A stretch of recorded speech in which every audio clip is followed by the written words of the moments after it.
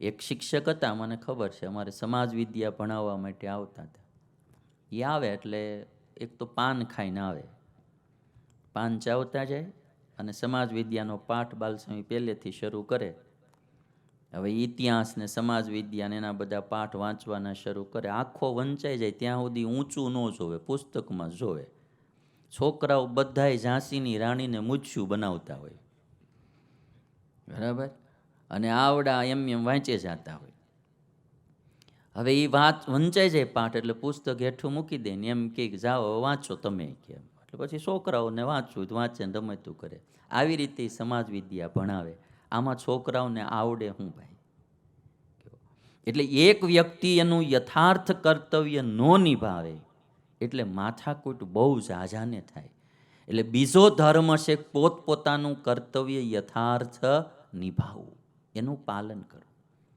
એટલે એક શિક્ષક તો કેવા કે છોકરાઓને, એને મૂળ પાન ખાવા જવું હતું, છોકરાઓને કે બેટા તમે ટ્રેનનું ચિત્ર દોરો ત્યાં હું હમણાં આવું કેમ. એટલે બધાને ટ્રેનનું ચિત્ર દોરવાનું કહીને સાહેબ વહી ગયા બહાર પાન ખાવા ગલ્લે. હવે એમાં અહીંયા કોઈ મળી ગયું તો વાતું ચીતુમાં થોડીક વાર લાગી. 5 મિનિટમાં આવું એમ કહીને ગયા હતા, એના બદલે 20 મિનિટ વહી ગઈ. 20 મિનિટ પછી આવ્યા ત્યાં છોકરાઓ તો બધા નોટમાં આમ 2 લીટા ઊભા કર્યા હતા, થોડાક આડા લીટા કર્યા હતા, મૂળ પાટા બનાવ્યા હતા રેલના. આવીને સાહેબે પૂછ્યું કે એલા તમને ટ્રેનનું ચિત્ર દોરવાનું કીધું ના ખાલી પાટા જ કેમ દોર્યા? કે સાહેબ તમે ટ્રેનનું ચિત્ર દોરવાનું કીધું પણ તમારે આવવામાં મોડું થયું, ટ્રેન તો ઉપડી ગઈ. કે મેં ટ્રેની દોરી જ હતી પણ તમારે આવવામાં મોડું થયું, તમે 5 મિનિટનું કહીને ગયામાં ઉપડી ગઈ ટ્રેન. કે એક શિક્ષક એનું કર્તવ્ય યથાર્થ ન નિભાવે, હજારો બાળકોનું ભણતર બગાડે. અને મારું તો એવું પ્રામાણિકપણે માનવું છે કે જે સ્થાનને આપણે યોગ્ય ન હોય તો એ સ્થાન વહેલી તકે માણસે છોડી દેવું જોઈએ. હજારોનું ભવિષ્ય બગાડાય નહીં. આપણને એમ ખબર પડે કે ભાઈ આપણને શિક્ષણમાં રસ નથી અથવા તો ભણાવવાની આપણી લાયન નથી, ભણાવતા આવડતું નથી, શિક્ષણનું કામ છોડી દેવાય, બીજાનું ભવિષ્ય ન બગાડાય. જે ડૉક્ટરને એમ ખબર પડે કે ભાઈ આપણને આમાં બીજું કાંઈ અપડેટ કરવામાં રસ નથી, કોઈ દવામાં રસ નથી, આમાં રસ જ નથી, તો પછી ખોટા પેશન્ટોને દુઃખી કરાય નહીં. ખોટી રીતે એક ડૉક્ટર પોતાનું યથાર્થ કર્તવ્ય ન નિભાવે ને હજારો દર્દીઓને દુઃખી કરે. એટલે બીજો ધર્મ જે છે મારો કહેવાનો, અને આ બે ધર્મ હું એવા કહું છું કે આખી દુનિયાને લાગુ પડે.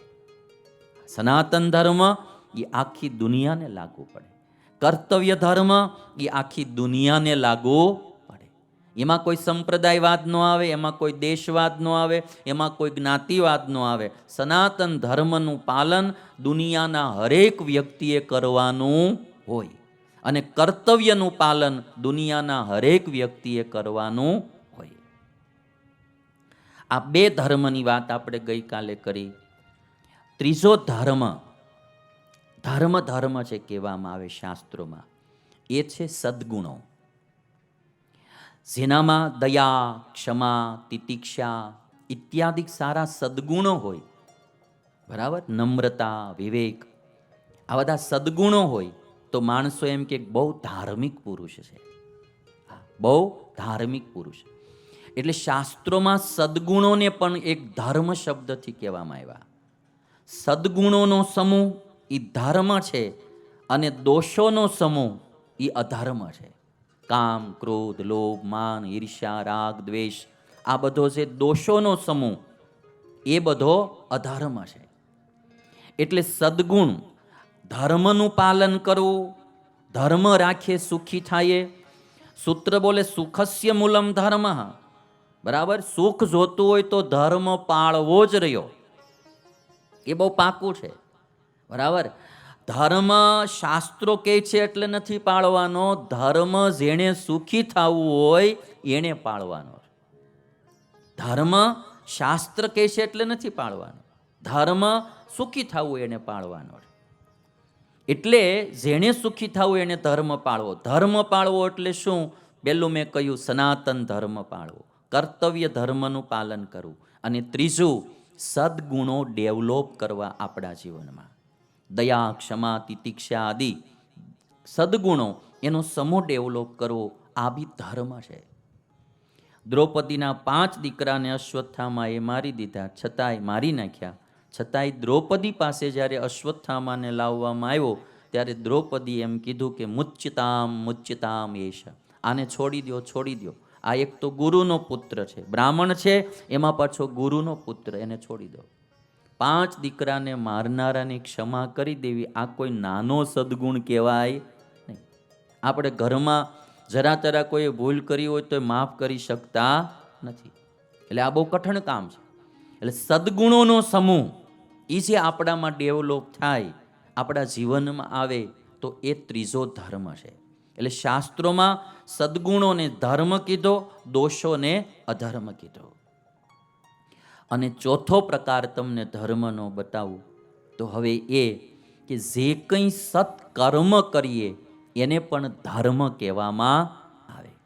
કોઈ દાન કરે, કોઈ પુણ્ય કરે, કોઈ કોઈની સેવા કરે, પરોપકારના કાર્યો કરે, જે કોઈ સુકૃત જેને આપણે કહીએ, સત્કર્મ કહીએ, કોઈ પણ પ્રકારનું સત્કર્મ માણા કરતો હોય એટલે લોકો એમ કે બહુ ધાર્મિક માણસ છે, બહુ ધાર્મિક માણસ. ધર્મને અર્થે, સત્સંગને અર્થે, સમાજને અર્થે કંઈ પણ સારા કાર્યો જે કરતો હોય એ સત્કર્મ, જેટલા સત્કર્મ થાય એટલો ધર્મ થયો કહેવાય. અને જેટલા અસત્કર્મ કરે, મોળા કર્મ કરે, એ અધર્મ થયો કહેવાય. તો આ 4 પ્રકારે આપણે ધર્મને જોઈ શકીએ. એક તો સનાતન ધર્મ, બીજો કર્તવ્ય ધર્મ, ત્રીજો સદગુણ ધર્મ, અને ચોથો છે સત્કર્મ રૂપી ધર્મ. ધર્મ જેણે સુખી થાવો, બધાને સુખ જોતું છે ભાઈ.